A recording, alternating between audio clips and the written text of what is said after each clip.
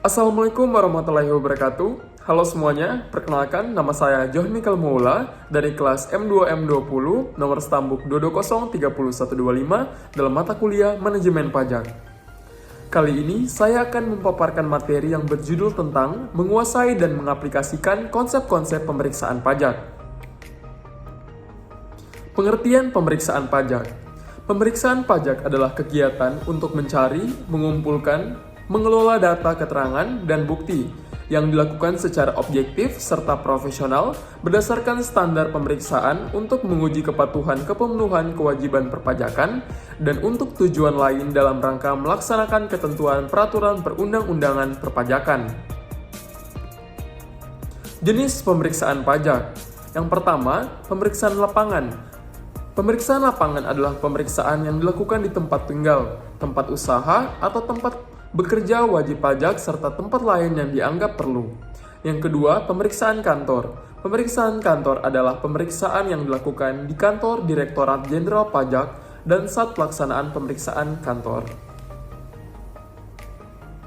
Kriteria pemeriksaan pajak untuk menguji kepatuhan pemenuhan kewajiban perpajakan. Yang pertama, wajib pajak menyampaikan surat pemberitahuan atau SPT yang menyatakan lebih bayar.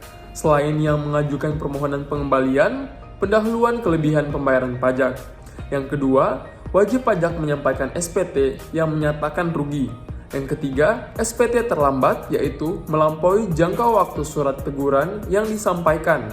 Yang keempat, melakukan penggabungan, peleburan, pemekaran likuidasi, pembubaran, atau akan meninggalkan Indonesia untuk selama-lamanya. Dan yang kelima, menyampaikan SPT yang memenuhi kriteria seleksi berdasarkan hasil analisis yang mengindikasi adanya kewajiban perpajakan wajib pajak yang tidak terpenuhi. Kewajiban dan kewenangan pemeriksaan pajak. Yang pertama, memperlihatkan tanda pengenal pemeriksaan pajak dan SP2 kepada wajib pajak saat melakukan pemeriksaan.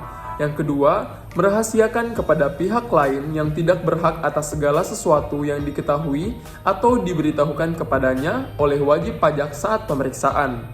Yang ketiga, melakukan pembinaan kepada wajib pajak dalam memenuhi kewajiban perpajakannya sesuai dengan ketentuan perundang-undangan perpajakan dengan menyampaikan saran yang tertulis. Yang keempat, meminta keterangan lisan dan tulisan kepada wajib pajak. Dan yang kelima, memanggil wajib pajak untuk datang ke kantor Direktorat Jenderal Pajak dengan menggunakan surat panggilan dalam rangka pemeriksaan kantor. Dalam pelaksanaan pemeriksaan pajak, wajib pajak memiliki hak. Yang pertama, meminta pemeriksa pajak memperlihatkan tanda pengenal pemeriksa pajak dan surat perintah pemeriksaan. Yang kedua, meminta pemeriksa pajak memberikan pemberitahuan tertulis pelaksanaan pemeriksaan lapangan. Yang ketiga, meminta pemeriksa pajak memberikan penjelasan alasan dan tujuan pemeriksaan. Yang keempat, meminta pemeriksa pajak memperlihatkan surat tugas jika susunan tim pemeriksa pajak mengalami perubahan. Yang kelima, surat pemberitahuan hasil pemeriksaan. Yang keenam, memberikan pendapat pelaksanaan pemeriksaan oleh pemeriksa pajak melalui formular kuesioner pemeriksa. Yang ketujuh, mengajukan pengaduan jika kerahasiaan dibocorkan kepada pihak lain yang tidak berhak. Yang kedelapan, mengajukan permohonan untuk dilakukannya pembahasan oleh tim pembahas jika ada perbedaan pendapat antara wajib pajak dan pemeriksa pajak dalam pembahasan akhir pemeriksaan. Baiklah, demikian pemaparan dari materi ini. Lebih dan kurangnya saya mohon maaf. Sekian dan terima kasih.